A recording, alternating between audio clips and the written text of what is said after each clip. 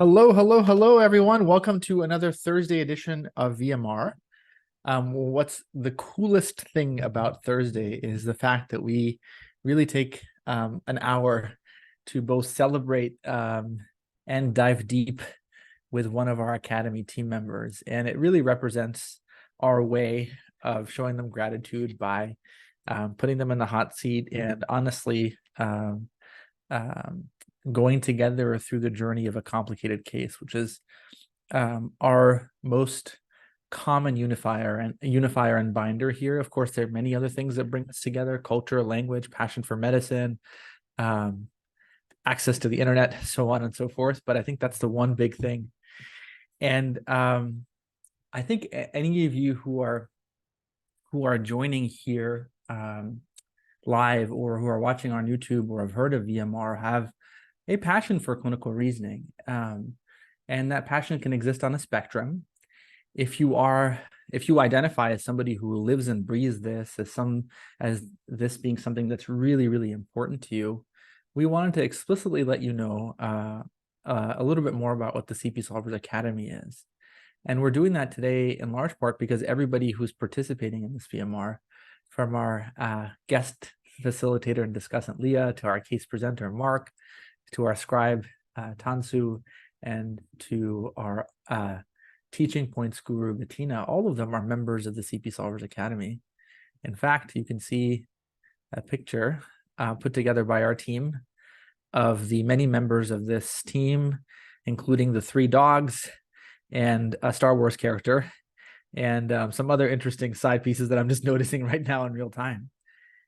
And this is really for people who have many, many things in common. And I can't list the number of things that these folks have in common. You should just see the WhatsApp group that exists, which talks about all sorts of things from ice cream to shout outs for helping with the personal statement workshop. But if you are interested in clinical reasoning to this extent, to the degree where you live and breathe it, we really, really would love to invite you and welcome you into the Academy. We do our due diligence to make sure that folks who enter this space are, in fact, crazy about clinical reasoning. And so we really look out for people who are participating here in this space frequently, and we look out for people who make an impact by presenting cases. So if you're at all interested in taking your clinical reasoning to the next level and be surrounded by people who are the same, who are all incredibly generous and kind, and who actually exist all over the world, we really, really encourage you to participate actively here and to consider sending your case to the case review committee. If you haven't heard about that before, I'll just pull up this quick visual so you see it. And you can take a quick picture or pause the video on YouTube later to see how you can do this. But I'm really, really excited because with gratitude to Tansu for scribing and Bettina for teaching points, you're going to be hearing from Mark, from Leah, and myself today. All of us are very, very excited to be part of the Academy and very excited to assess this case. Leah, how are you feeling? Well, I think the more I'm here, the more nervous I get, because I know we'll have a case for Mark, and it's been a while since I discussed a case over here. But overall, I'm good. I'm glad to be here with all of you guys. And are you still on your internal medicine rotation, or are you phasing away from that, or what's new? I'm still in my internal medicine rotation. I'm actually in the middle of it, so switching to a new department on Monday, finishing up my rotations here at the rheumatology department, which I love. So excited, like sad to leave, but Yeah, excited to see what's coming. yeah, And yeah, rheumatology is really, really interesting. Yeah, I wonder if that'll prepare you for this case. So we heard from Mark that it's from the cardiac ICU. We'll try to see what other secrets we can get from him. Mark, what's going on? Hey guys, how you doing? Yeah, I'm just kind of relaxing now in clinic, a little different than the cardiac ICU, but any type of medicine is great. So I'm really excited to present this case to you guys. Amazing. All right, well, we're ready whenever you are. Cool. So my case, so we have a 59-year-old male who's essentially presenting with a 2-week history of pleuritic chest pain, dyspnea on exertion, and a blood-tinged cough.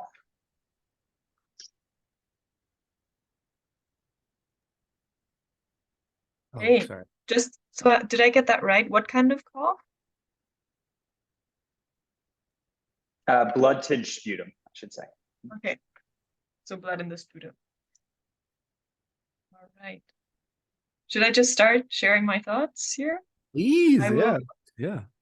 All right, so we have a 59-year-old male with pleuritic chest pain, dyspnea on exertion, and blood in his cough, in his sputum. So I will just address all of these three symptoms differently. The first thing I heard was the pleuritic chest pain. Pleuritic chest pain, the pleura is irritated somehow. We describe chest pain that gets worse with breathing as pleuritic chest pain. And so now I am thinking anatomically, what is close to the pleura, what can irritate it? That's the first thought. Then I know dyspnea on exertion. We all know that the most common causes for dyspnea are pulmonary, cardiac, and then further down we have anemia, acidosis, and things. But then this is just something that I will be like, okay, this is kind of worrying, but it's not very specific. And then I go to the blood in his sputum or the blood in his cough. And this is quite worrying. I want to find out how much is it, how stable or unstable is the patient. So kind of the first things, do we have to intervene fast, or what is the background of this patient? Is he on anticoagulants that we might have to stop immediately to kind of get that risk factor out of the way? Is there some history with lesions in the lungs? We can have infections doing that. We can basically go through all of the airway to kind of find the source. But I think before we find the source, we have to make sure the patient is stable. And for how long has this been going on? Was the 2-week history also with the sputum, or was it just the pleuritic chest pain? And now this is just kind of a decompensation of a process that has been going on for a longer period of time. So I think we have to find out more what the 2-week history really means for these three specific symptoms. And these would be my first thoughts for these. Yeah, Leah, I think it's absolutely superb. I have nothing to add but to just approach it from the backwards angle you did. It just goes to show how you can really approach cases from a different perspective. And you latched on to the most ominous symptoms, which is the patient has chest pain and shortness of breath, and then move to the blood-tinged sputum. And if you approach it from the other opposite direction, it really is, this case is very different than most, because most people who have hemoptysis don't have any of the alarm signs. Most people say, I have blood-tinged cough, and they have no dyspnea, they have no other alarm features. And so it's helpful to actually ask yourself, what are the alarm features for patients with hemoptysis? And there are the 4 Ds: dyspnea, drugs, and the drugs meaning the patient is on an anticoagulation. Distant symptoms is really important. So if you have hemoptysis and weight loss, or hemoptysis and fever, or any symptoms outside the respiratory tract, that often implies that the patient has a systemic disease with hemoptysis. So it's dyspnea, drugs, distant symptoms, and the other one is duration. Now, why is duration of hemoptysis important? It's because 70% of hemoptysis is benign from bronchitis, which usually presents in an acute fashion on the order of a few days. Anytime that hemoptysis violates the acuity and becomes either hyperacute or subacute, that is, breaks the norm of the most common causes. So, said differently, and from a different angle, most hemoptysis is acute, without dyspnea, without distant symptoms, and in a patient who's not on anticoagulation. Anytime that those 4 Ds are brought into the fold, that the patient is dyspneic, has a drug that thins their blood, has a distant symptom outside the lung, or has a duration that is either hyperacute or subacute, the calculus changes dramatically. And Leah, I'll be very frank with you. I know that you know these fundamentals very well. So I think we should take our conversation to the next level and ask and reflect together on the kinds of pulmonary imaging that you might be inclined to order for this patient. So with your current fund of knowledge and experience, maybe just share what you anticipate this patient will get in terms of pulmonary imaging and why. I think the first thought I had is that this patient would get a CT of the chest. And I think, yeah, a CT of the chest, yes, because it's good for the acute setting and we can get a good imaging of the lungs. We would see bleeding. The other thing that came to my mind, depending on, again, kind of biased by the ICU setting, but we could do like a POCUS, like a fast ultrasound to see. I mean, the 2-week history, again, I would have to differentiate that. But if this, like a very hyperacute onset with these symptoms, then kind of signs of right, like if we think into the direction of PE, for example, like right heart overload, yeah, you know what I mean, to kind of get signs for that. But I think ultimately it would end up with a CT of the chest for lung imaging. And I'm hesitating now because I'm thinking, do we already know it's lung or not? But somehow this is my initial thought. And I know cardiac heart failure, like heart failure, can also manifest with hemoptysis, for example. I once heard of a case where the congestion was so intense or severe that the patient actually manifested with hemoptysis. But to answer your question, I think CT of the chest. Would you agree, or would you do something else?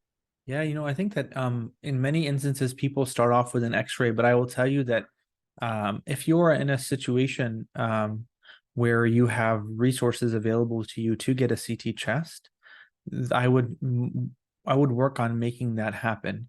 People often say that a chest X-ray is easy to get and doesn't take too much time, but actually it often slows you down by at least 30 minutes to get it read and to get it done. So here's my argument for why you need a CT chest, as you said. Hemoptysis, in a very simple way, represents an abnormal connection between the airways and the vasculature. The only way blood can be coughed up is if there's a connection between a blood vessel and an airway.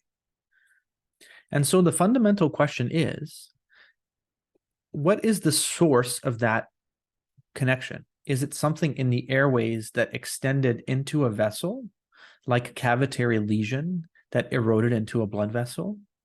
Or is it something in a vessel that eroded into an airway? So pulmonary embolism with infarction or venous congestion, bursting open the capillaries. So ultimately, the only things that will show up on a chest X-ray are the parenchymal things in the airway that extend into the vessels. Those include cancers, include cavitary lesions. But here's the problem. The X-ray is highly insensitive at detecting the severity of those problems, often underestimating the size and significance of a cavity and missing lung cancers. But you may say, okay, at least we'll see them. But here's the argument that that's not sufficient. You know what is the third most common cause of a cavitary lung lesion? A pulmonary embolism. You know what a common complication of patients with lung cancer is? A pulmonary embolism. So no matter what finding you have found on a parenchymal view of a chest X-ray, which often is bronchiectasis, cavitary lesion, or a endobronchial mass, all of those can have associated vascular phenomenon that can only be detected on CT chest. So in my current practice, where I work at a moderately resourced emergency room, this is effortless now. Hemoptysis, are any of the 4Ds present?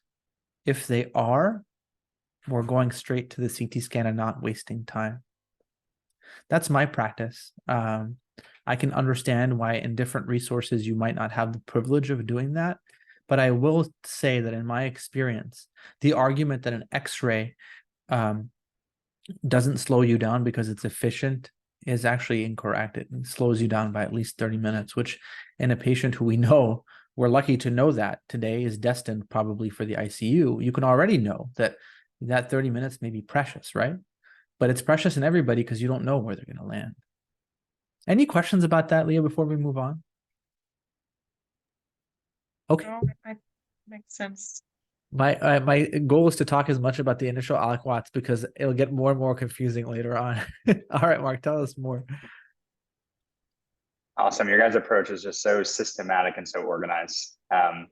So just moving on to a little bit about the patient's background. So like I said, he had a pleuritic chest pain for about 2 weeks, and it really just worsened over the 2 weeks. And he doesn't have any history of cough. This is totally a new cough for him. He said for his background history, really just has untreated sleep apnea. He doesn't use his CPAP. He said to me that he's had, orthopnea at baseline for a couple of years that he attributes to his sleep apnea. And prior to this, he was able to walk around several blocks without stopping, no issues there, walk up a flight of stairs. But he said over these 2 weeks, he even had troubles just walking up a flight of stairs. He told me he hasn't seen a physician in several years because of lack of insurance. But he says really at baseline, besides his sleep apnea, he has no diagnosed past medical history. In terms of his medications, the only medication he's on PRN is methocarbamol for muscle spasms. He has no known allergies at all, no surgical histories. His mother had thyroid cancer. He told me his uncle had liver or pancreatic cancer. He was not sure, but no other prominent pulmonary or cardiopulmonary past medical history. He told me he worked as a carpenter and a plumber with exposure to some dust, but no other occupational exposures. He said he has a remote history of marijuana use, but no tobacco use. He says he drinks about 1 bottle of wine per weekend, but denied any other illicit substances. He lives alone in Philadelphia, and he told me that he recently, within the last month, got a new cat, but has no other pets.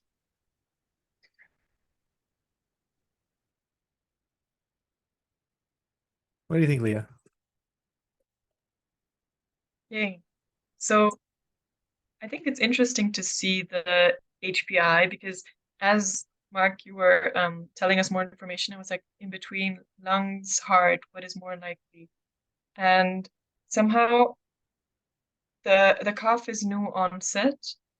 And so we don't really have any long-standing history or anything that said, okay, the lung or the heart might have been affected already that we know of at least. And then orthopnea made me lean more towards cardiac causes as I heard that. And also we don't know, he hasn't seen a physician. So there might be many things that we just can't say because there's no information about it. But I would just have to say that the orthopnea made me lean more into cardiac. And what kind of is interesting for me here now is because I think this might go into if this really is cardiac, which I'm not 100% sure yet, but I'm leaning towards that. Why is it so acute? Because most of I think we know base rate, coronary artery disease causing heart disease and then decompensation, but somehow we don't get the flavor here just yet.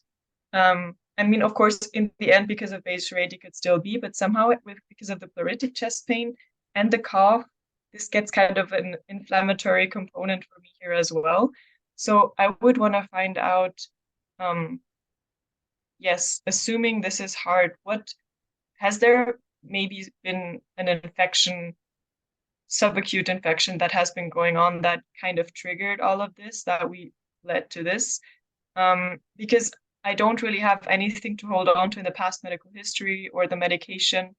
I'm just looking at the social history right now. Yeah, so this is quite unremarkable for me just now. I think we have to still stay broad. I know I'm making many assumptions here now, but in short, in summary, what I just reasoned is I'm leaning more towards cardiac because of the orthopnea, still because of the pleuritic chest pain and the acute onset, maybe some inflammatory component as well, which is why I should think of the lung too. And then now needing more tests and imaging to kind of really pinpoint the localization. Poetry. I have absolutely nothing to add to your diagnostic thinking. That was superb. I also noticed that one of our legendary team members from many, many years ago, Mani Kamal, just joined. I know you're Mark's probably smiling too because you guys are close resident. Welcome, Mani. It's so nice to see you. So good to see Hello. you. Wait, where are you at? Are you at a Starbucks? No, I'm actually in my friend's like apartment downstairs. Mark is actually presenting upstairs. Oh, wow. So we're not Amazing. too far from one another. That's incredible. That's so cool. It's so nice to see you. Good to see you, Rabih. So I think anytime I see Yusuf, I think I got to talk about management reasoning. And so I think, Leah, one thing to pass on to everybody here is how the untreated OSA made me panic. Not because I think that it's intimately related to any diagnostic considerations, but because it is an airway person's nightmare to have to think about having to secure the airway in a patient with untreated obstructive sleep apnea. At first glance, you might make the assumption that that angst is because patients with OSA tend to have crowded airways by definition, and the crowding of the airway may make it more difficult to intubate them should their hemoptysis become more severe.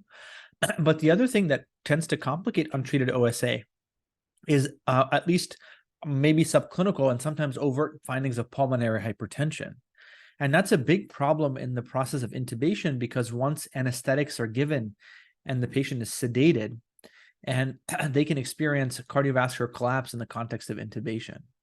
So we really, really worry about an untreated OSA coming in with hemoptysis, not because there's any diagnostic leaps I can make with OSA and hemoptysis, but rather that if this were to get severe and the patient would need to secure their airway, you'd have to be very, very vigilant to protect both against a crowded airway and a difficult intubation, but also the considering the possibility of yet to be recognized pulmonary hypertension, which, as a side note, can definitely lead to hemoptysis in some fancy schmancy mechanisms, none of which would be relevant initially.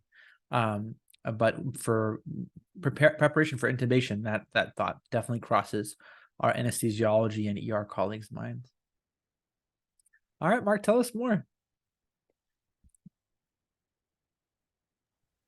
All right, so I'll move to the exam now and some basic labs.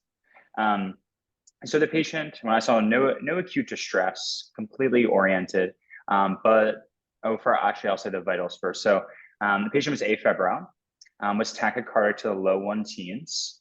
Blood pressure was stable though, about 125/85. The patient was hypoxic to 85% on room air, so was placed on 4 liters. Like I said, generally was in no acute distress, AOA ×3. Didn't note anything on the HE&T exam. For cardiovascular exam, patient was tachycardic but regular. Didn't appreciate any murmurs. On lung exam, lungs were clear bilaterally. His abdominal exam, his belly was soft, non-tender, undescended.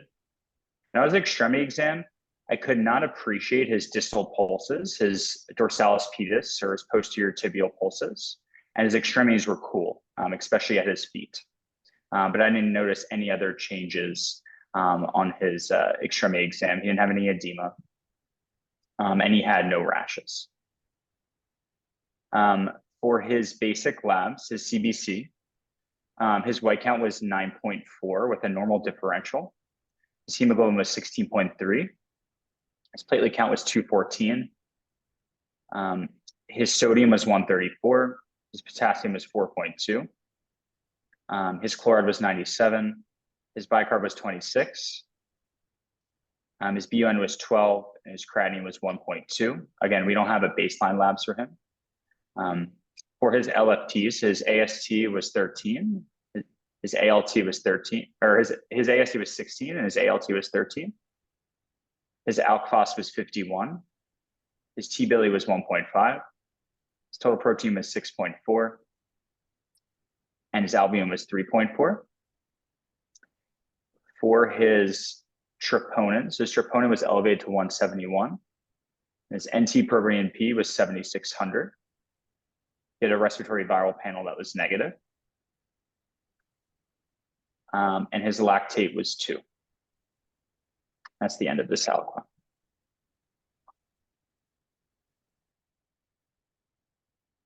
Oh my gosh. we were trying to solve a problem in the chest, and we're thrown into thinking about what may be happening with pulseless lower extremities. Leah, where did your thoughts go? I just have to clarify two things. NT-proBNP was elevated. Very Yes, significantly. very elevated to 7,600. Yeah.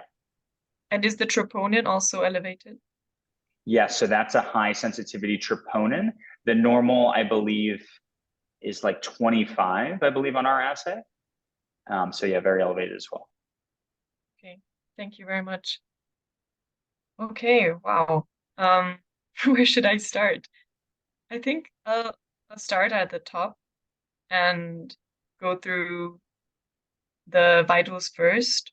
Vitals are always important to look at, and what we saw here is that this patient had an elevated heart rate and low saturation, so he was hypoxic. And then I looked at the exam too. We had basically the exam, now leaving the extremities for now, is we have the tachycardia, which kind of makes me worried because this is an alarm symptom that the patient is in distress or the body is in distress. And we didn't really have anything on the auscultation of the lungs, which when I take a step back and be like, okay, this patient doesn't seem to have a good oxygen saturation, but for now, we still don't have anything on the lung exam, and of course, it's an imperfect exam. But if there's something in the vessels, then you wouldn't hear it on the auscultation of the lungs. So there could still be something like a PE, for example, that could be one of the causes of the hypoxia. And now, as we go on, we have the pulses that are not appreciable. And type 1 thinking for me is like, okay, does this patient have peripheral artery disease? Because it's like a common finding in, yeah, I think that's what it's called, with atherosclerosis, where you then don't palpate the pulse. But then it also might be, okay, maybe the perfusion is not there that actually should be there, and that's why we don't feel it.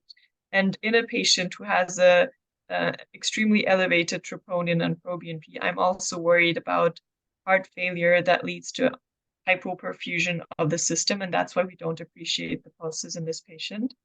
And because I also know some people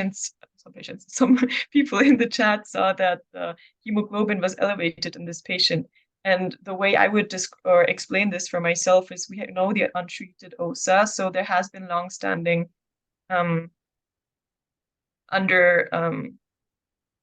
he didn't get enough oxygen, so this is the compensation. That's why we might explain the the hemoglobin being on the higher end because of the chronic hypoxia that the patient has been experiencing.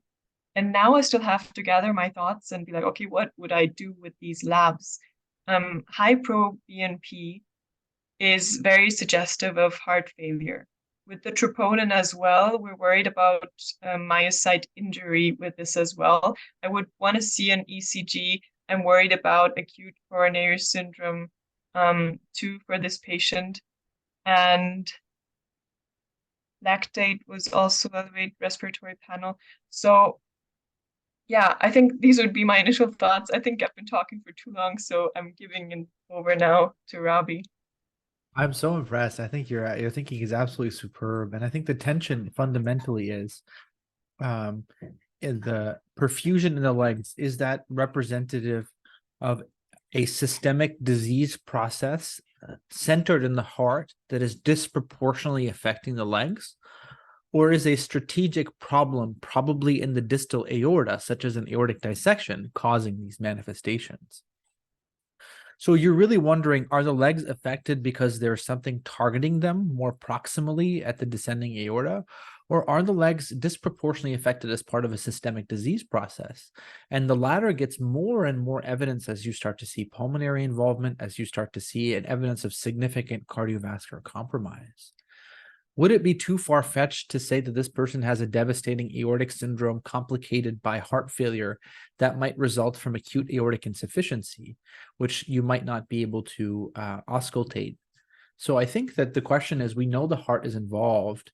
The patient has a high BNP, a high troponin, and has pulmonary involvement. But the question will be: are the legs disproportionately effective for an unexplained reason, or is there something in the aorta that breaks the symmetry? And I think that that's the first question to answer: is what is the status of the aorta? You might make some progress by a close analysis of the femoral pulses, because if the femoral pulses are prominently present, that reduces the possibility of an aortic syndrome. It's also possible that the patient has such advanced cardiac disease that there has been stasis, and that stasis has resulted in thrombosis, and that thrombosis has resulted in thromboembolism.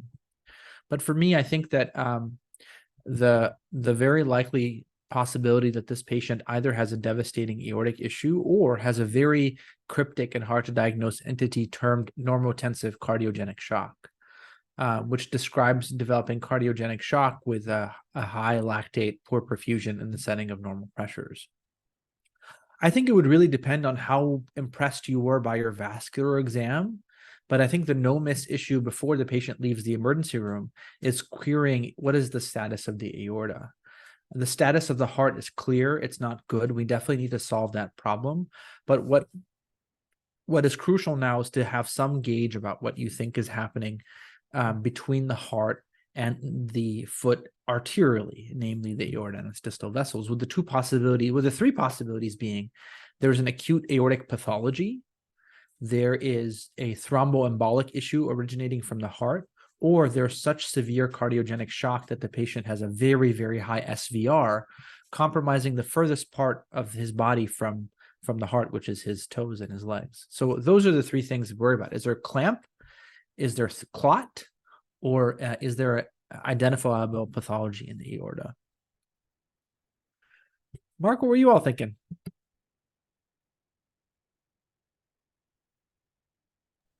All right, so I'll give you guys 2 CT scans next. The first being a CTPE as requested. So the patient had, the read was acute bilateral PEs with a large clot burden, most proximally involving the main pulmonary artery. Additionally, there's an embolus in the anterior superior aspect of the right ventricle, extending into the right ventricular outflow tract.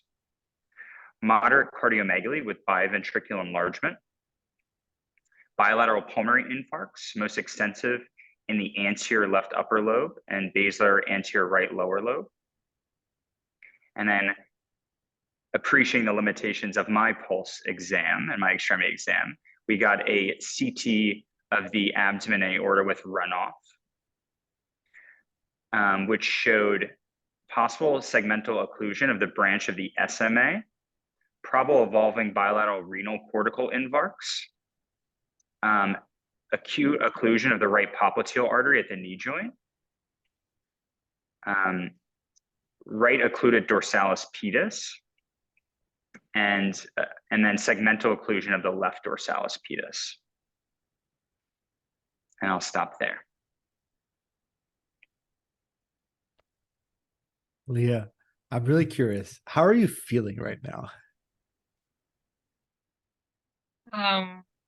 I think I didn't have time to think about my feelings. I don't know how I'm feeling. I'm overwhelmed by solving this problem. I think that's the best possible answer. There's no time to think about it. I love it. Yeah, what are you thinking? Well, I think my brain at the moment is, okay, what is the problem that we have to solve here at the moment? Because excellent. so many things now we had, okay, if we look back so far, we had the chief complaint, the presenting symptoms, the exam, and now we know what caused all of these, but we still don't know what is causing what caused all of these. Yeah. So I guess we have to reformulate the problem now and say this is a patient without any known remarkable past medical history and multiple systemic emboli. and in multiple organs. And I guess now the question I would ask myself, or how I would try to solve this, is find out what could be the cause for this systemic embolic syndrome this patient has. And then a couple of things came to my mind. One is this is actually something I don't know, but I would be curious to know, is whether atrial fibrillation could cause such severe embolism, because I know there is the cases where there could be like a splenic infarct caused by atrial fibrillation, but here we have so many organs and such severe clots. This would be surprising for me that just atrial fibrillation alone could cause this, but I don't know. This would be a question of mine. And then otherwise, I would go into hypercoagulable stage schema because of so many severe embolies this patient has. Still, I would still have the septic. Is there maybe a septic foci we don't know about yet, but we didn't really get that much of an inflammatory flavor with this patient is afebrile. We have normal white blood cell count. So maybe is there another cause of a hypercoagulable state? Thrombophilia, antiphospholipid syndrome? Do we have some kind of vasculitic disease? I've been on rheumatology, so maybe these are the first things that come to my mind at the moment. But why is this patient having such severe clots all over the place? I think that's the question I'm asking myself. I think that's a superb question. And I think that if you start to ask yourself how you can make progress, I think the pattern of studying thrombosis is really important. So what is the problem? As you said, we're here. I think you said it very well. The patient has multiple simultaneous thromboses. And that occurs for one of two reasons. The first is the patient has an embolism, has a thrombus in a central location that has resulted in thromboembolism. We commonly see this in patients who have multifocal strokes. So if a patient is having multiple simultaneous thrombi, you should retrace the steps of those clots and to see if it makes sense that they come from one space. So if we rewind the tape and watch the renal infarct or the foot infarct and where that clot came from, we go back to the heart.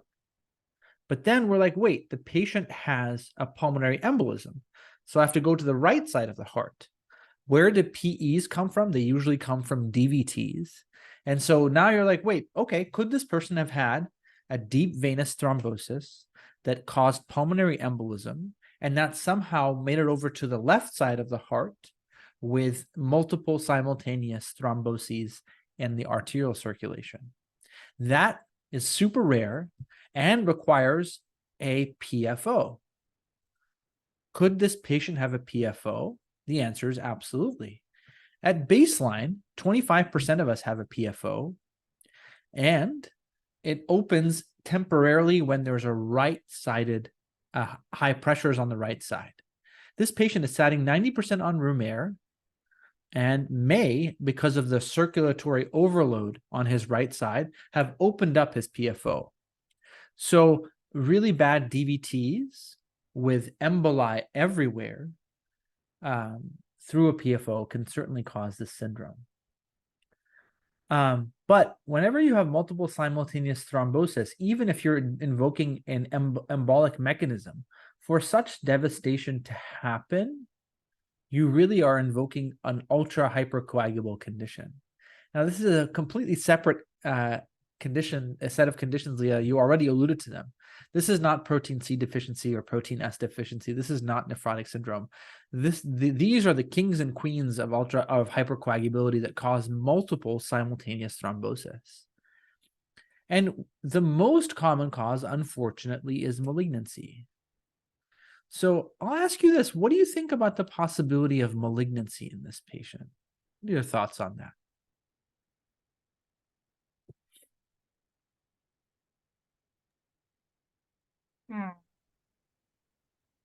I think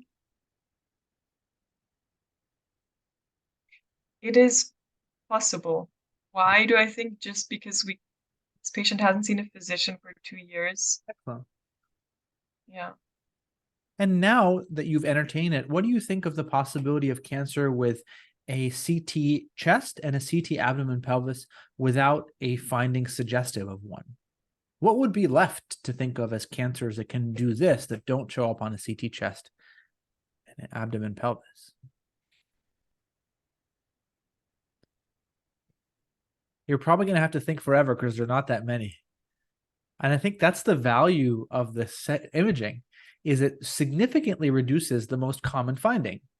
Most of these scans say clot, clot, clot, clot, clot, big pancreatic mass, clot, clot, clot, clot, clot, big lung mass, clot, clot, clot, breast lesion. Here it's clot, clot, clot, clot, clot, full stop. And that's what makes this case ridiculously interesting. Not just interesting because the patient has multiple thrombosis, but really interesting because there's no mass, no lymphadenopathy, no bone lesion, no nothing. And if you're in that circumstance, I highly recommend you look very closely at the CBC. Because if the CBC shows a super high hemoglobin, you have to think of a myeloproliferative neoplasm like polycythemia vera. If the CBC shows evidence of a microangiopathic hemolytic anemia, you have to think about TTP or HUS. If the CBC shows evidence of thrombocytopenia in a patient who recently got heparin, you have to think about heparin-induced thrombocytopenia. So, Leah, we have two challenges here. The first is that the patient doesn't have cancer on cross-sectional imaging, and two, doesn't appear to have a super high count suggestive of a myeloproliferative neoplasm, doesn't appear to have evidence of a microangiopathic hemolytic anemia, and doesn't appear to have evidence of heparin-induced thrombocytopenia. So what are we left with that causes really bad hypercoagulability? Any thoughts? Try to pull up a schema for you. Yeah, go ahead. I think the things that are left for me are something like a protein C, protein S, the antithrombin, like these mutations that can cause a hypercoagulable state. Because yeah, all of the others, things that also came to my mind, but they would have all derangements in the hematology. If we think of sickle cell disease or PNH, all of these, we would expect hemolysis and other symptoms as well, which this patient doesn't have. Yeah, I agree. I think if you apply a strong filter of CBC negative, mass negative ultra hypercoagulability, the most likely cause is catastrophic APLS. APLS can be accompanied by thrombocytopenia, but that's the most, I'll show you, where is it? Here.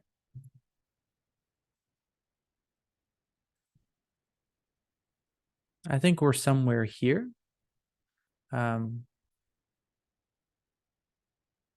Ultra hypercoagulable, but cryptic. A cancer that we haven't found yet, humbly. This doesn't apply here. Well, I don't think we have time to discuss that. You can have masked P. vera, but that usually is accompanied by splenomegaly. Behçet's, there's no history for. Hyperhomocystinemia, he's a little bit too old for. So I really, really worry about this. At the end of the day, I think what can you take away from this, Leah? It's what you said. Whenever somebody has clots everywhere, it changes the landscape, and you no longer think about the common mild causes of hypercoagulability. This is a person this didn't happen because of a long plane flight or oral contraceptives or smoking, or this subselects a super hypercoagulable condition, not even protein C or S or antithrombin. This is basically cancer, myeloproliferative neoplasms, severe hemolytic disorders, HIT, and APLS. And the one thing that evades our detection without specific testing for is APLS. So that's what I'd be most worried about in this patient, but would test for all those things. All right, Mark, tell us more. Awesome. So I will give you guys a transthoracic echocardiogram and then some advanced labs that you guys requested. So for the TT, so the estimated LVEF was 20 to 25%, with moderately increased LV wall thickness and grade 3 diastolic dysfunction with restrictive physiology. There is a large LV thrombus present in the apex. The right ventricle is moderately to severely dilated, and there is severely decreased systolic function of the RV. The LA was normal in size. The RA was mildly dilated. There's trace mitral regurgitation. There was mild tricuspid regurgitation. The pulmonary artery systolic pressure was 47. And then the right atrial pressure was 15. And then there was also the RV thrombus that I noted in the CT scan. And then some of the labs that you guys suggested, I'm just scrolling through Epic right now, so just give me one sec. We had the APLS labs that were negative. We had an ANA that was positive to 1 to 320 with a speckled pattern. An ESR was slightly elevated to 63 and a CRP was 8. Sjogren's syndrome antibodies were negative.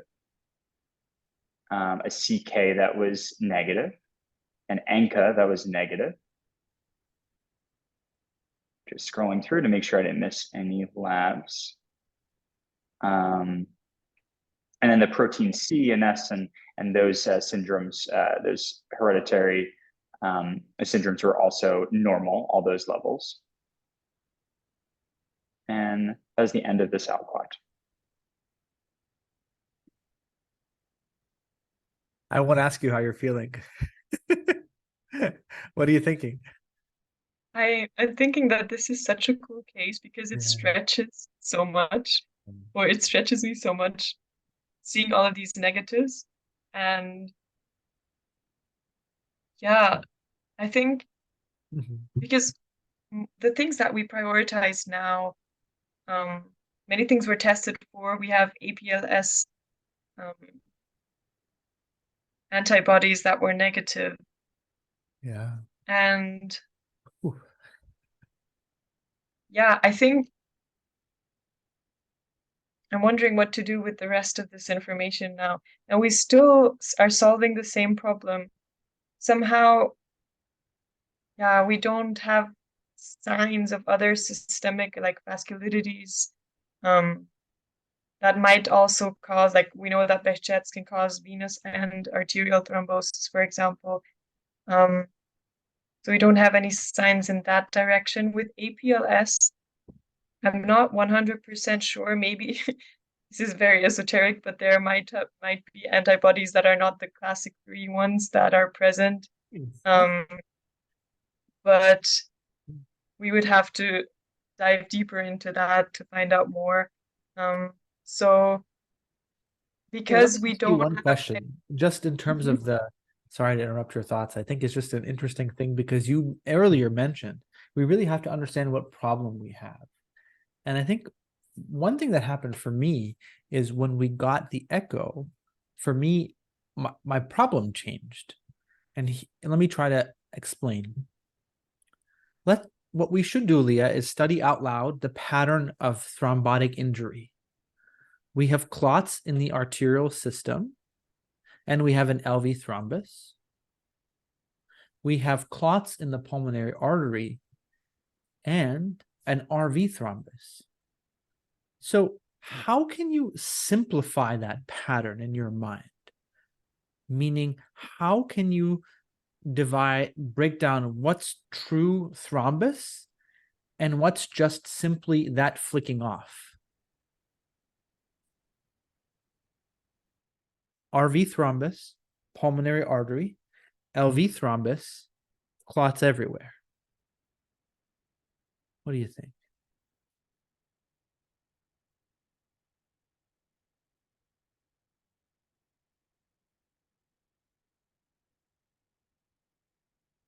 say it again. RV thrombus pulmonary, LV.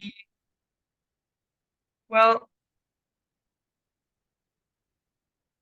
it's hard. I'm in my mind, I'm trying to figure out which side has more pressure. From which side will it go into the other if we assume there might be a PFO. Usually it's higher pressure in the right, but if we have a thrombus in the arterial system, then we have elevated right-sided pressure, which is why we can get from the venous system where thrombus form more easily to the arterial. Yeah. As you think about it, you may get clarity by answering a separate question. Why does this patient have an LVEF of 20%? Super low, right?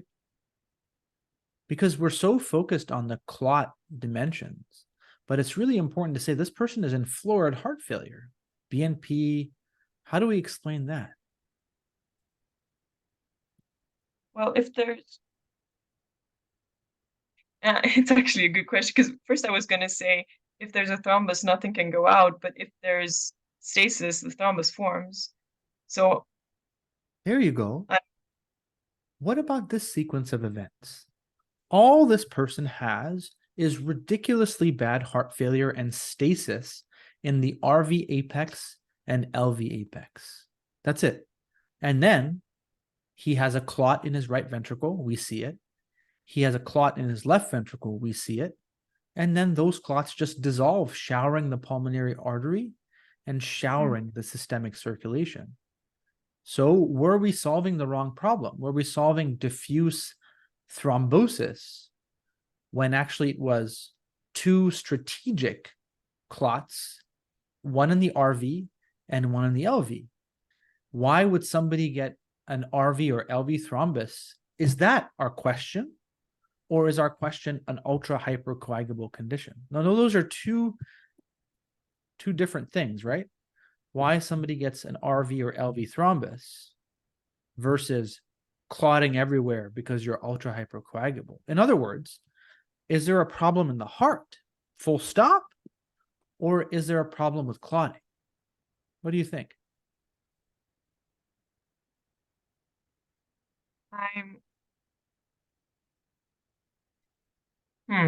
Well, I think since we have so little signal now with the testing for the hypercoagulable, I'm now considering more the problem with the LV thrombus. But I don't know why it would form in both ventricles. I'm trying to solve that problem, unless there is kind of an infection that is close to both, where it might form, or there is hypokinesis in the walls due to maybe an ischemia, so that stasis is in both ventricles. But I'm confused. Why would a thrombus form in both ventricles? Or will it form in one and then move to the other because of PFO? But I don't know. That just seems a bit too much of a stretch for me now. Yeah. It just goes to show you that the hardest part about clinical medicine is knowing what the problem to solve. And if you started to Google bilateral RV and LV simultaneous thrombi versus if you're just Googling really hypercoagulable conditions, that's the progress we can make. And we also should study in parallel the causes of hyperacute heart failure, which you alluded to first. And the two most common are acute coronary syndrome, which we don't have evidence for here, and myocarditis. There's a specific kind of myocarditis that has a propensity for hypercoagulability causing bilateral, occasionally, LV thrombus, and that's eosinophilic myocarditis. You may immediately dismiss that hypothesis because the patient doesn't have overt eosinophilia, but eosinophilic myocarditis can occur without systemic eosinophilia in about 20% of patients.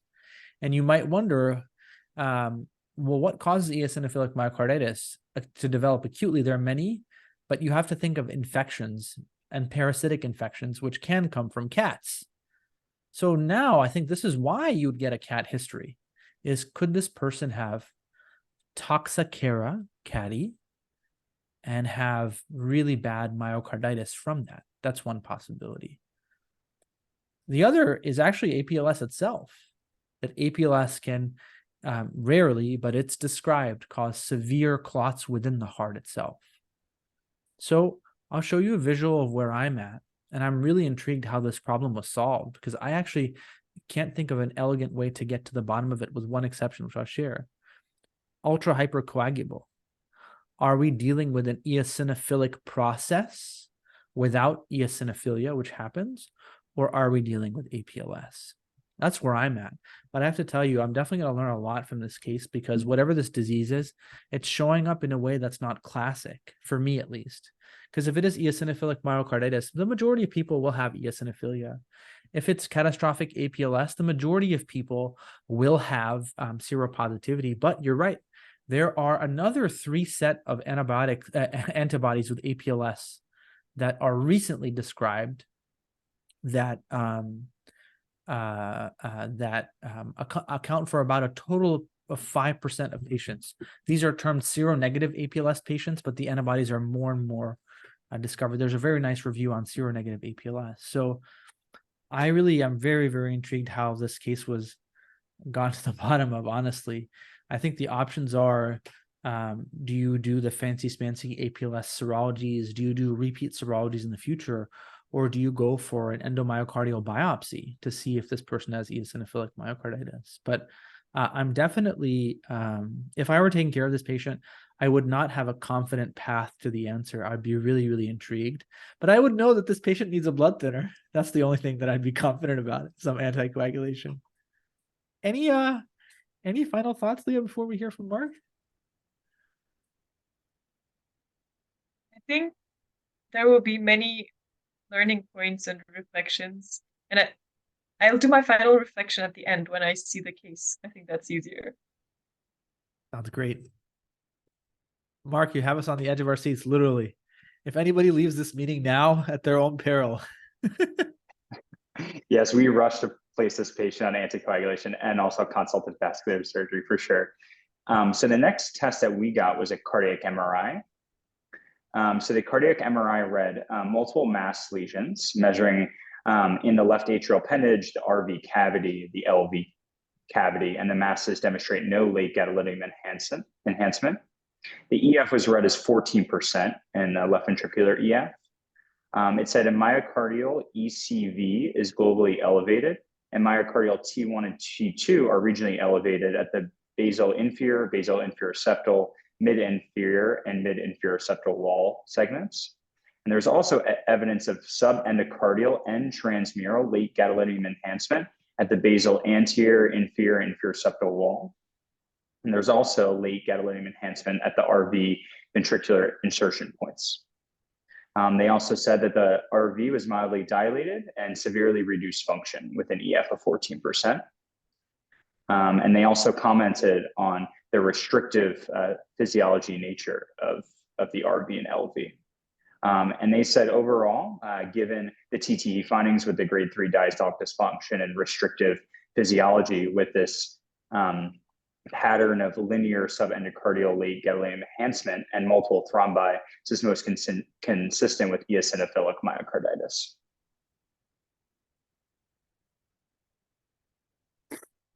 Oh my gosh.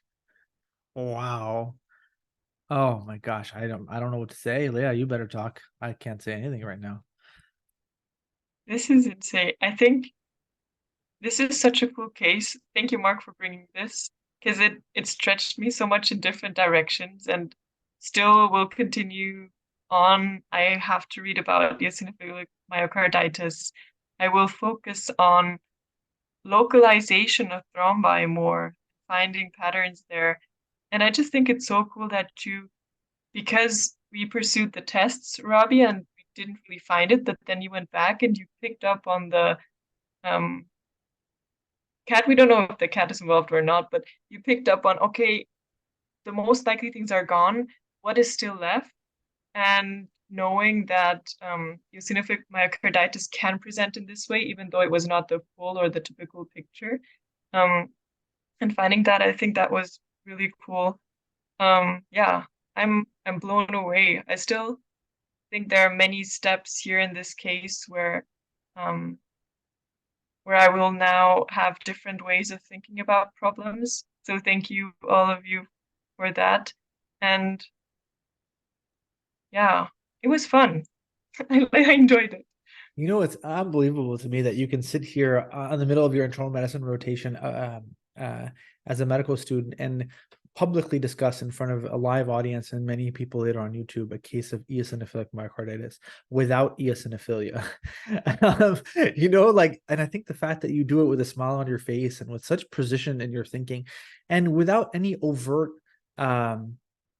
pain as to the very obvious growth arcs we all have, that you just take your growth and your learning and your stride in a very scientific, emotionally balanced way, is incredible. I think it's the gold standard for all of us, really, to just take the learning in stride. And I have so much learning to do in this case about many different aspects. And I completely agree with you.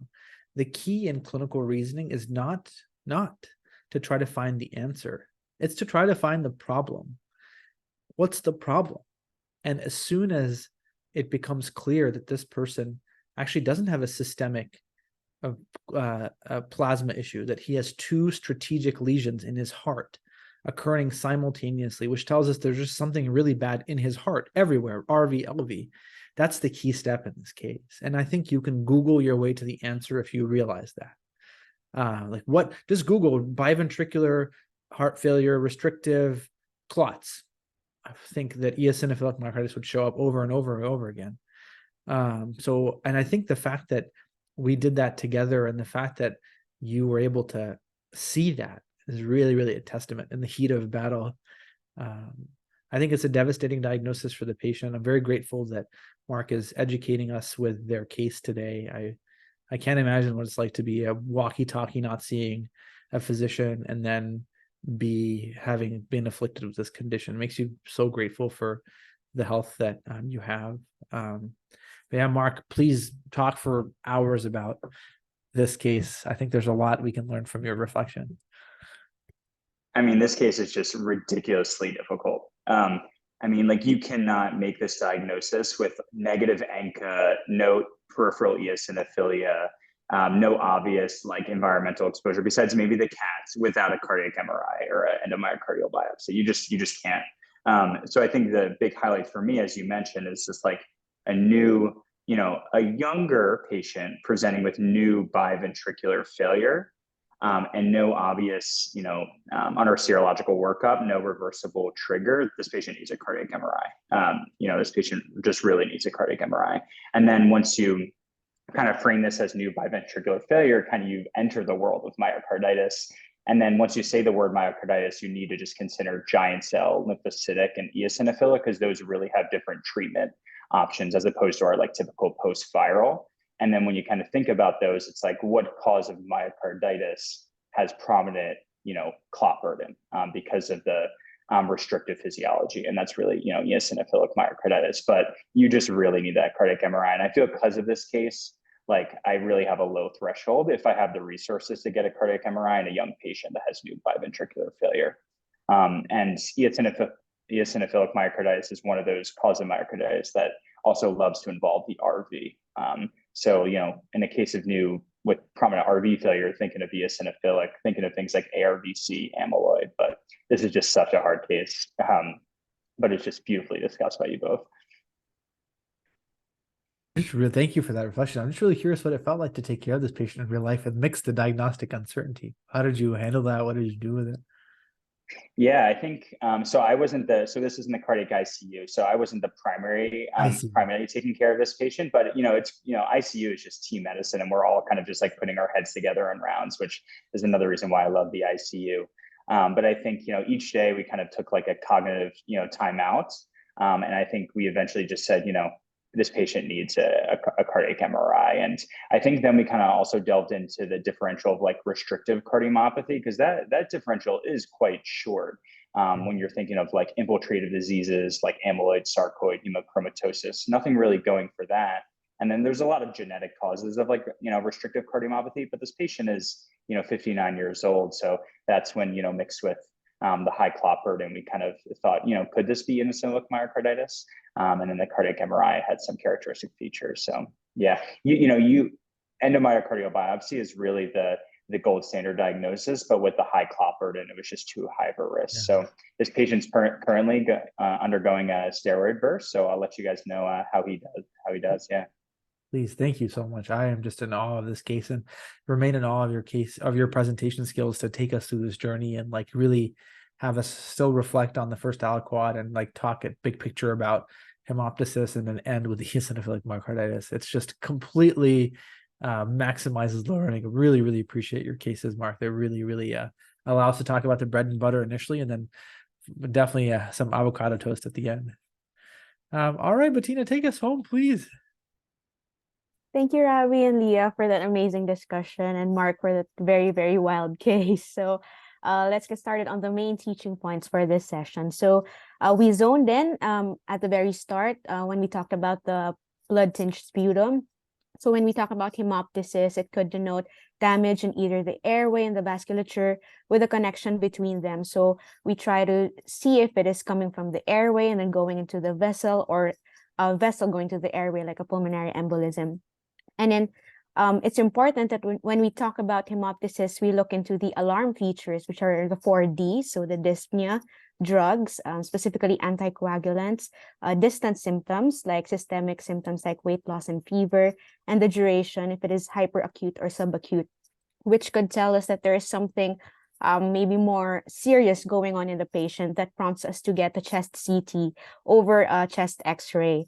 And then what we talked about more in the latter part of the case is the systemic emboli, which our patient presented with the chest findings and also the extremity findings, such as hypoperfusion in the leg. So when we talk about systemic emboli, there can be a lot of different causes like atrial fibrillation, hypercoagulable states, malignancy, vasculitis. But what is important and what was emphasized here is that a key point in clinical reasoning is not just to find the answer, of course, but also to determine which are the problems in the patient. So it was emphasized here when we tried to trace where the source is coming from.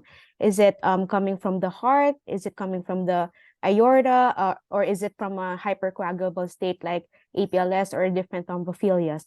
So in our patient had severe heart failure, hyperacute heart failure, that we then traced to myocarditis, predisposing to stasis, and then eventually an RV thrombus leading to a pulmonary embolism, and an LV thrombus leading to our systemic findings.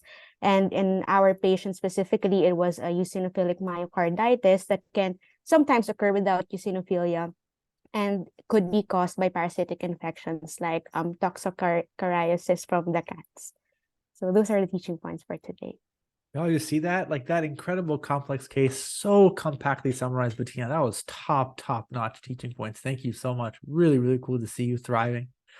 I don't know how to end this meeting. I'm still kind of stunned by this. So Leah, thank you for bearing through that and thriving. Really, thank you all for an absolutely amazing session. We'll see you all tomorrow. Bye.